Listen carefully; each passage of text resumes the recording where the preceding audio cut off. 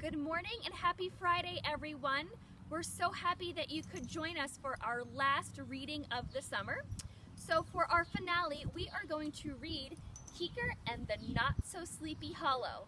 Join us this week for chapters 1, 2, and 3, and then next week will be our last reading with chapters 4, 5, and 6.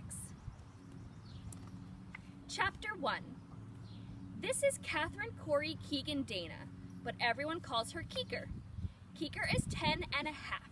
She lives in Vermont with her parents, 5 dogs, 2 cats, 2 horses, a goat, a bird, and a handful of woolly bear caterpillars. Keeker also has a pony named Plum. Everyone gets along very well with everyone else, but Keeker and Plum are especially close. In the summertime, when it's too hot to go riding, Keeker and Plum like to go swimming. In fact, there's a pond behind Keeker's house that's just right for cooling off. It's mucky on the bottom, but nice once you're in. Plum's favorite thing is to wade in belly deep and paw and splash. Keeker likes to doggy paddle. She's also very good at squirting water through her teeth. One particularly sticky day, when Keeker and Plum had been down at the pond for hours, they heard a big ruckus coming from the house. Keeker's mom was yelling and laughing, and someone else was talking very loudly. Keeker hopped on Plum, and they splashed out of the pond to see what was going on. As it turned out, Uncle Mac was going on. Uncle Mac was Keeker's mom's sister's husband.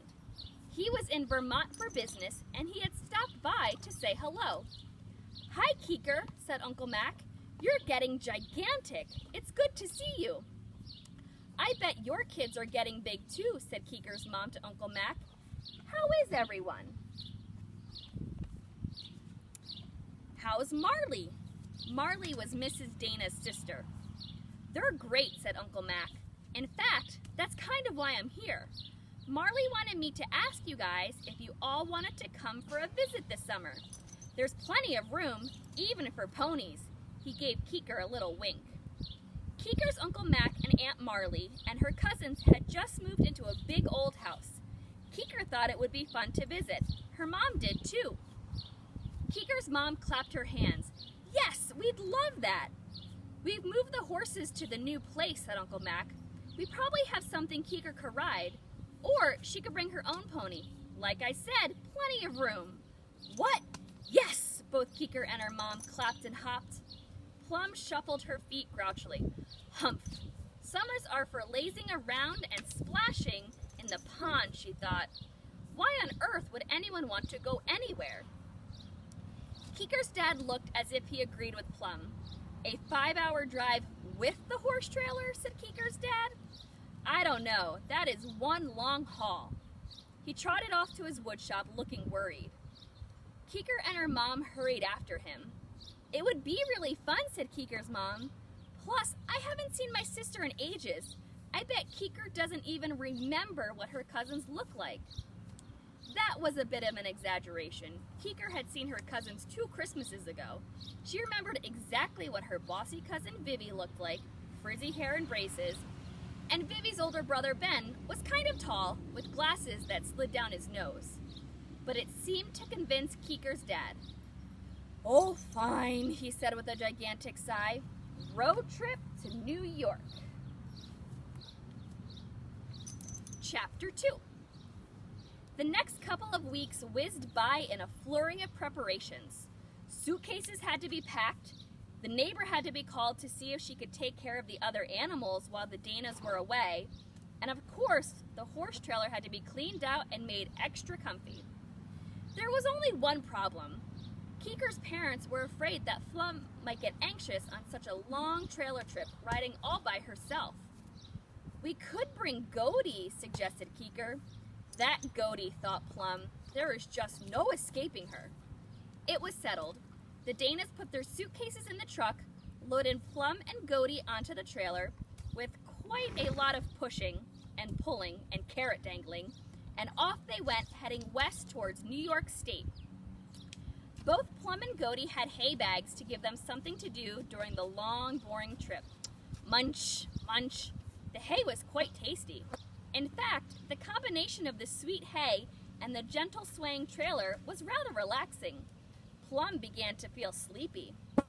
That is, until Goaty crawled under the bar and began to bug her. Goaty had eaten all her hay. Then Goaty had eaten her hay bag. Now Goaty was standing underneath Plum, nibbling gently on Plum's pony blanket. Plum stamped her feet. "Go away, Goaty!" It was going to be a long drive. Plum could already tell. Up in the truck, things weren't going much better. Keeker and her mom and dad were sick of playing I Spy. They were sick of singing songs. They were all bored of this drive to New York. Plus, there wasn't much room. "Keeker, shove over," said Keeker's mom, giving her a little push. "Your book is digging into my leg."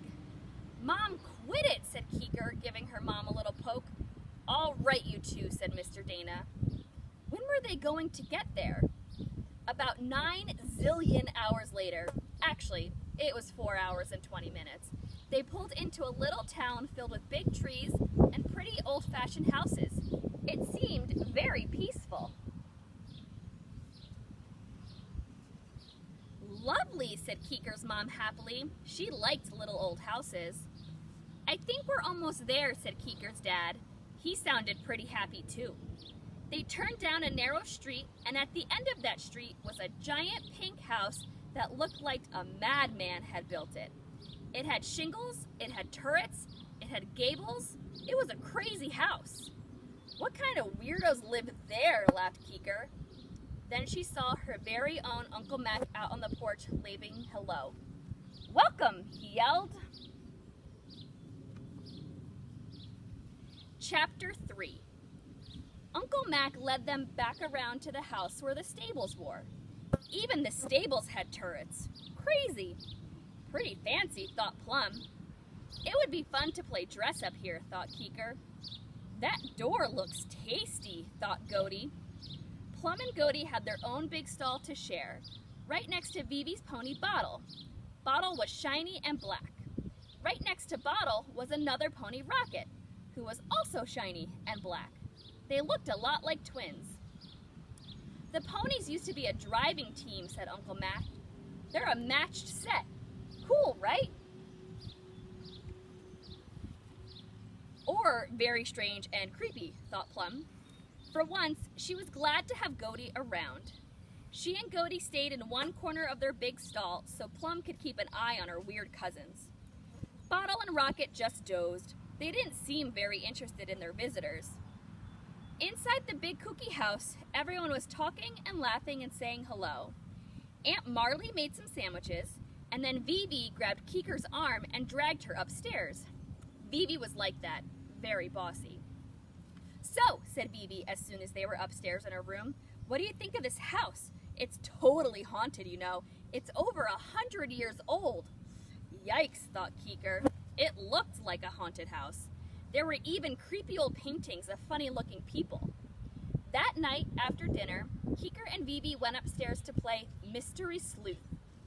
This was a game that Vivi had made up. Basically, all that happened was that Vivi and Keeker crept around with the lights turned off, hiding in closets and trying to scare each other. It was fun, for a little while. "Enough of this made-up stuff," said Vivi. "I know a real mystery. Have you ever heard of the legend of Sleepy Hollow?" "No," said Keeker. "We learned about it in school," said Vivi. "In the Sleepy Hollow story, there's a ghost who's a horseman, a headless horseman, and he chases people through the woods, and he's just about the scariest thing ever." Vivi took the flashlight and held it under her chin. "And guess what else?" said Vivi in a creepy voice. "Right now, we are very, very close to the village of Sleepy Hollow." Just then, Vivi's brother Ben cracked open the bedroom door and stuck his head in. "Mwahaha," said Ben, making his favorite monster noise and holding his arms out like a zombie. "Eek!" shrieked Keeker. She really was pretty scared. "Ben," said Vivi, "don't bug us." She wasn't scared at all. Out back in the old stables, Plum and Goaty were having an unusual night too. For one thing, it was too quiet.